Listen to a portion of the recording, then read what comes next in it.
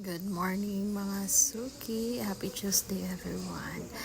Welcome again sa akong good session. Kaning ako ko mga suki kanang pasimple ang tan-awon mura agyo kana walay dagko nga dry skin nagtago sa ilawom. Pero sa paggood na ko mga suki, hinahinay na ko na discoveran ang mga dagko nga dry skin. Sa paglimpyo ani mga suki, makita man nato no nga nindot og porma ang kuko ni customer. So dapat dili lang sad nato bubon, dili nato i-overcut. Dapat isip manicurista kay bao ka unsa ray limit sa kuko ni customer.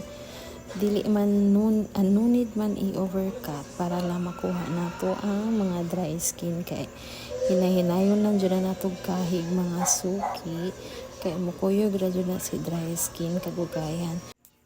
Pedicure tip mga suki, don't overcut the nails. Mas nindot ang sakto nga putol kaysa magantos o mahubag. Sakto ra yun ang pagputol, no need i-expose ang sensitive part. Kay healthy nails start with the right trim. So dili dapat pugson o walay labaw. Protect the nails of your customer. Okay, beauty with care, pedicure nga di magdulot og sakit dapat mga suki. Follow, like, share mga suki para updated sa mo sa sunod na kong good sessions. Thanks for watching.